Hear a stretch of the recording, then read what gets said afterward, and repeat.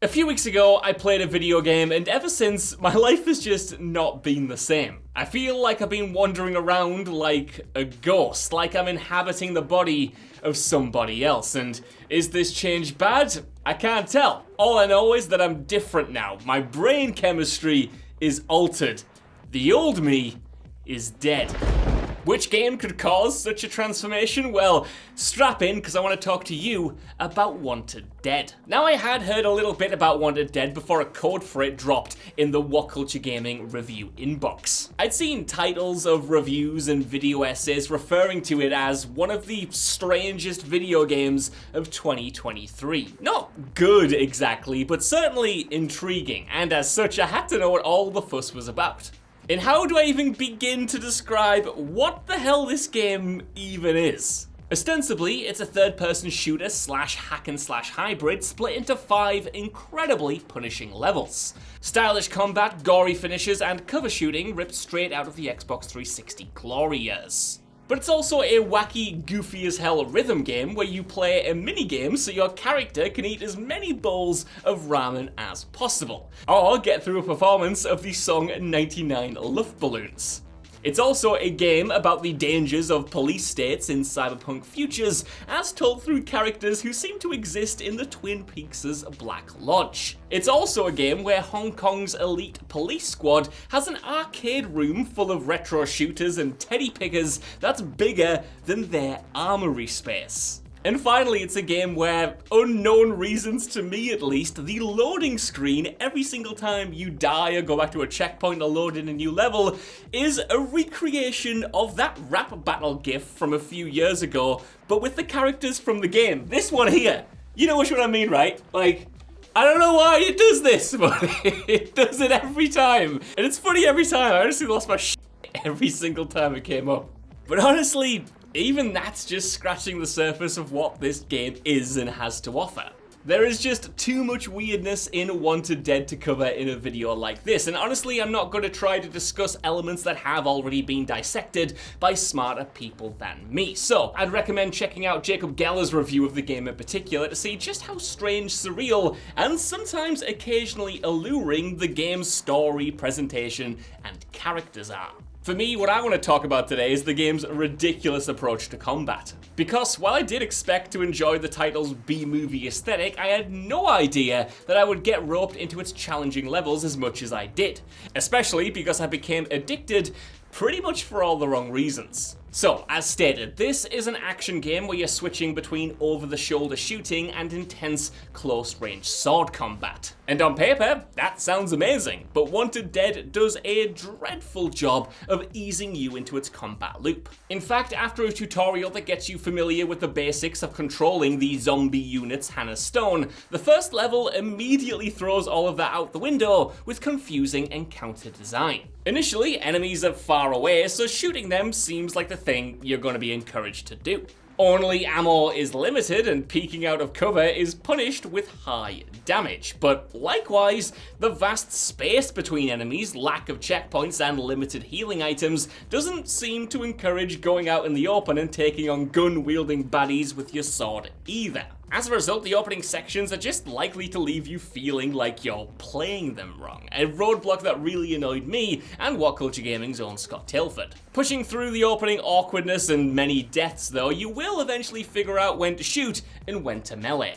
Throw in investing into an easily ignored upgrade tree that awards seemingly essential buffs to your offensive and defensive moves, and Wanted Dead finally reveals its satisfying core combat system. Melee gameplay in particular is weighty and stylish, rewarding you with gloriously gory executions and severed limbs and blood aplenty. What you'll notice quickly into level 1 though is that even when you're playing it correctly, Wanted Dead is an incredibly punishing game.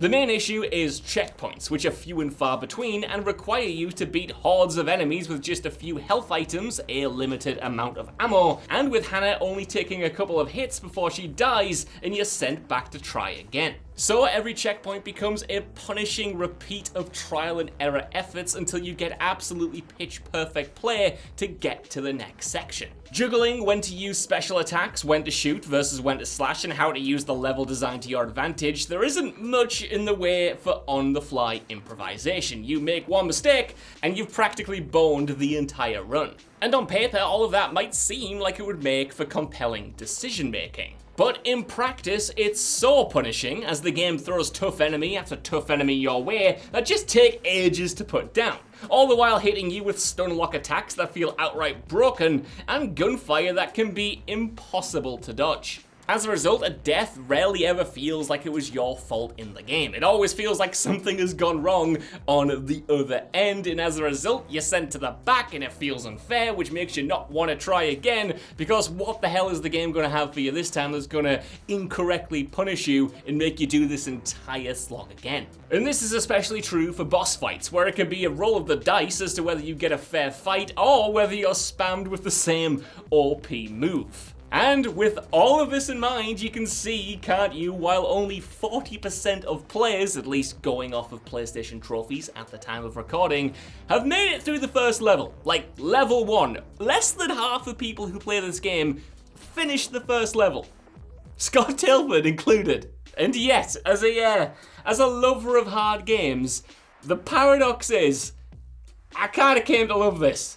Yep, I kinda came to appreciate just how overtly unfair Wanted Dead is. In fact, at a certain point, it seems to drop all pretense of balance completely, and that brought out a masochistic thrill in taking the game head on in all of its bullshit glory. Going through these lengthy areas only to get surprise attacked by a powerful sub-boss I'd beaten twice before, well, joke's on me. Hit with a grenade launcher by a final enemy hiding on a catwalk that I couldn't see just after I beat the last wave of enemies on the ground, well, bring it on. Swarmed by 3 pallet-swapped uber-strong ninjas that stun-lock me to death, that's fine, it's my fault for existing. Generally, Wanted Dead just seems designed to piss you off, to poke at you and prod at you with punishing enemy encounters until you just give up.